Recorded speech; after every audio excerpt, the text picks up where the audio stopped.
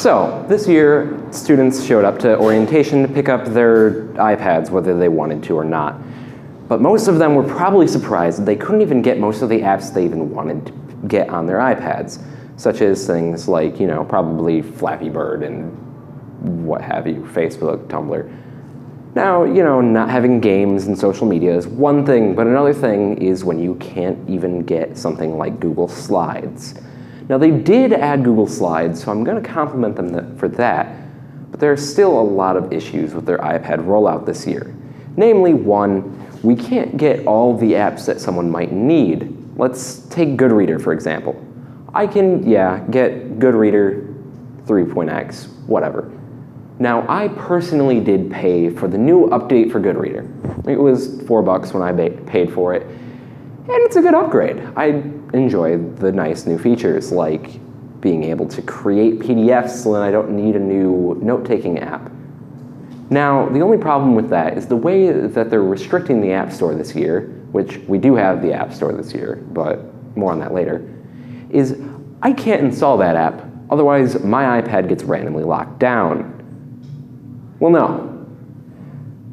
I shouldn't say that it gets randomly locked down right away. It does get locked down, but it takes a minute.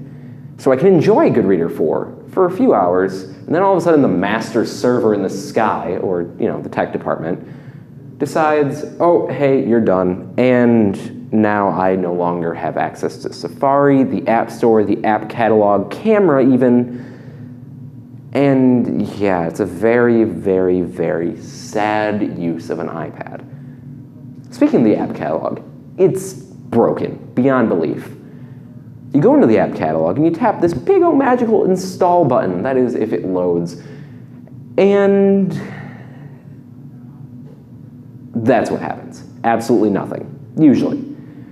Sometimes when you're here at the school on a good internet connection and everything goes perfectly, you'll see the little confirmation dialog that says, would you like to make sure that this app can be added to your iTunes, whatever?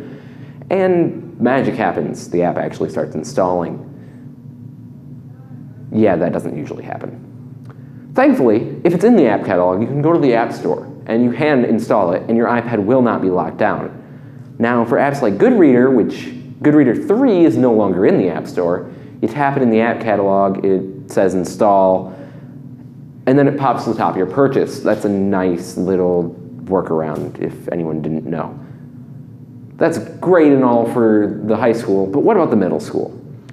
They're kind of trapped. They didn't have Apple IDs until this year. They had a proxy last year, so all their apps, or all their Safari data went through that, and all in all, they pretty much had lockdown iPads beyond belief. About the same way that we did 2 years ago, if you're a junior like I am. Now, it's not all bad.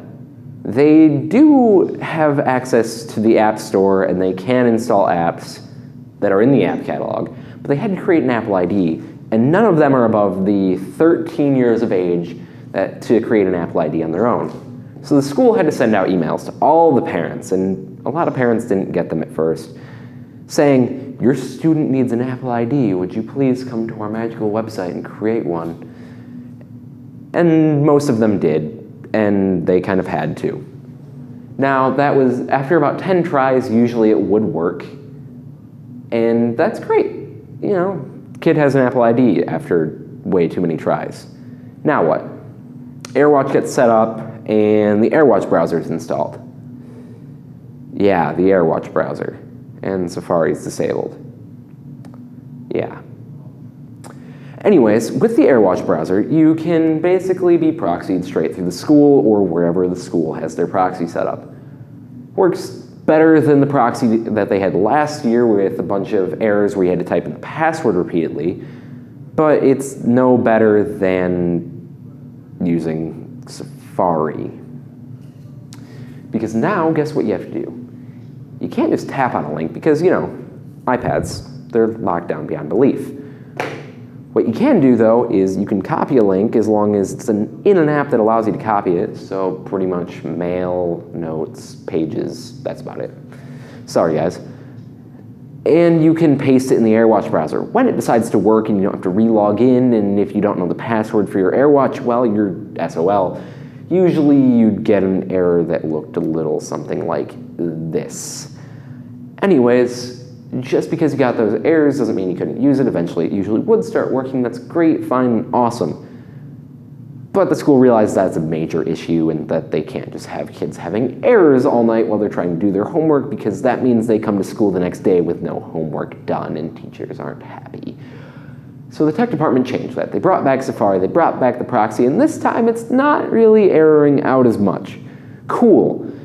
They fixed an issue. Now if only they would fix an issue with our iPads. I'm sorry to say, but Chrome isn't going to kill us. And the Tumblr app being on our iPad doesn't mean anything if Tumblr is blocked at the school. Thank you.